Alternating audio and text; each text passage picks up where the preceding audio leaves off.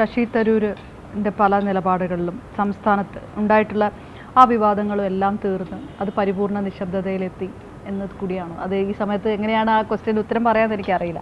എന്താണ് ക്വസ്റ്റ്യൻ മനസ്സിലായില്ല. കാരണം എനിക്കിപ്പോൾ ഒരു വലിയൊരു പ്രത്യേക വിവാദമൊന്നും കാണുന്നില്ല. എല്ലാ തെരഞ്ഞെടുപ്പിലും ആൾക്കാർ ചില പഴയ കാലങ്ങളിൽ എടുത്തിട്ട് വിഷയങ്ങൾ ഉണ്ടാക്കാൻ ശ്രമിക്കും. ഇപ്പോൾ എൻ്റെ BJP എതിരാളിക്ക് കളമശ്ശേരി വിഷയത്തിൽ പറഞ്ഞ കാര്യങ്ങളെക്കുറിച്ച് ഉത്തരം പറയേണ്ടി വരുന്നുണ്ട്. അദ്ദേഹം പറയുന്നത് ഞാൻ പറഞ്ഞിട്ടേ ഇല്ല. ഇനി എന്താ ഞാൻ ചെയ്യുക? നിങ്ങൾ നമുക്ക് ചോദിക്കണം. ഞാൻ ചോദിച്ചത് മല്ലികാർജ്ജുൻ ഖാർഗെക്കെതിരെ AICC അധ്യക്ഷനായിട്ട് മത്സരിച്ച അല്ല അങ്ങനെ ഒരാൾ ഇപ്പൊ കേരളത്തിലെ കോൺഗ്രസിന് ശശി തരൂരിനോട് ഒരു വിടവുമില്ല, മനസ്സിൽ പോലും ഒരു വിടവുമില്ല. ഞാൻ കോൺഗ്രസ് നേതാക്കളെ കുറിച്ചാണ് ചോദിക്കുന്നത്. അങ്ങനെയാണോ? നോക്കൂ, അവരോട് ചോദിക്കുക അവരുടെ അഭിപ്രായം എന്താണ്. എൻ്റെ മനസ്സിൽ ഞാനൊരു കോൺഗ്രസ്സുകാരനാണെന്ന് മാത്രമല്ല, ഞാൻ ഒരു വർക്കിംഗ് കമ്മിറ്റി അംഗം കൂടിയാണ്. ഞാൻ ആ രീതിയിൽ നോക്കുകയാണെങ്കിൽ നമ്മൾ ശരിക്കും പാർട്ടിയുടെ നേതൃത്വത്തിൻ്റെ ഒരു ഭാഗമായി മാറി വന്നു കഴിഞ്ഞു. അതുകൊണ്ട് എനിക്ക് ചില കാര്യങ്ങൾ പറയുമ്പോൾ ഒരു പറയാനുള്ള അവകാശമുണ്ട്. ഞാൻ ചില നിലപാട് എടുക്കുന്നത് അത് ഒരു പാർട്ടിയുടെ ഒരു നേതാവായി എടുക്കുന്ന ഒരു സ്റ്റാൻഡായിട്ട് പറയാൻ എനിക്ക് അവകാശമുണ്ട്. അപ്പോൾ നമ്മളുടെ ഒരു ജനാധിപത്യ പാർട്ടിയാണ്. നമ്മൾക്ക് 100% എല്ലാറ്റും ഒരു പാർട്ടിയിലാണ് ഉണ്ടാവണമെന്ന് പറയാൻ ആവശ്യമില്ല.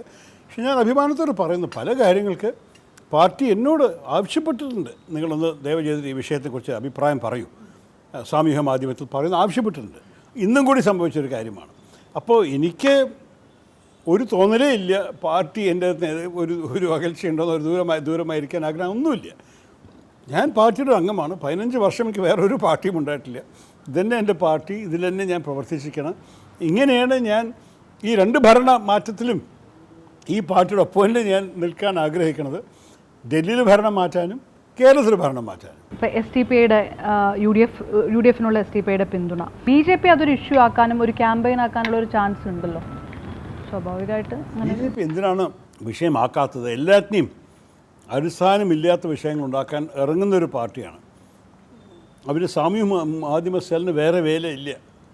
ഇതന്നെ എപ്പോഴും ഓരോരോ കാര്യങ്ങൾ കുറ്റം കണ്ടുപിടിച്ചിട്ടാണ് അവർ പ്രവർത്തിക്കുന്ന ആൾക്കാരാണ്. അപ്പം ഞാൻ അവരെക്കുറിച്ച് അവരതിന് വിഷയമുണ്ടാക്കിയാലും ജനങ്ങൾക്കറിയാം എന്താ റിയൽ വിഷയങ്ങൾ. ഞങ്ങൾ തൊഴിലില്ലായ്മയെക്കുറിച്ച് ചൂണ്ടിക്കാണിക്കുമ്പോൾ നിങ്ങൾക്കറിയണ്ടേ, ഈ രാജ്യത്തിൽ 10 വർഷം മുമ്പ് മോദിക്ക് വോട്ട് കൊടുത്താൽ 2 കോടി തൊഴിലുണ്ടാക്കുന്ന വിചാരിച്ച് വിശ്വസിച്ച ആൾക്കാർ 10 വർഷം കഴിഞ്ഞൊരു തൊഴിൽ ഇപ്പോഴും കൂടി അവർ ജീവിതത്തിൽ ഇല്ലെങ്കിൽ അവർ വീണ്ടും വോട്ട് ചെയ്യുമോ? അതല്ലേ അവർ മനസ്സിലുണ്ടാവുക പ്രശ്നങ്ങൾ. വിലക്കയറ്റം കൂടി വരുമ്പോൾ, കാരണം മോദി പെട്രോളിൻ്റെയും ഡീസലിൻ്റെയും ടാക്സ് മനഃപൂർവ്വമായി കയറ്റി ലോകം മുഴുവൻ താഴുമ്പോൾ ഇന്ത്യയിൽ മാത്രം കൂടി വരുന്നത് എന്താ കാരണം? BJPക്ക് അവർ സർക്കാരിന് കാശുണ്ടാക്കാൻ വേണ്ടി ചെയ്ത തീരുമാനമാണ്. അതൊക്കെ ജനങ്ങൾ കണ്ട് അനുഭവിച്ച ശേഷം വീണ്ടും ഇവർക്ക് വോട്ട് കൊടുക്കും. എനിക്കറിയില്ല, അത് ജനങ്ങളുടെ മനസ്സിലാണ്.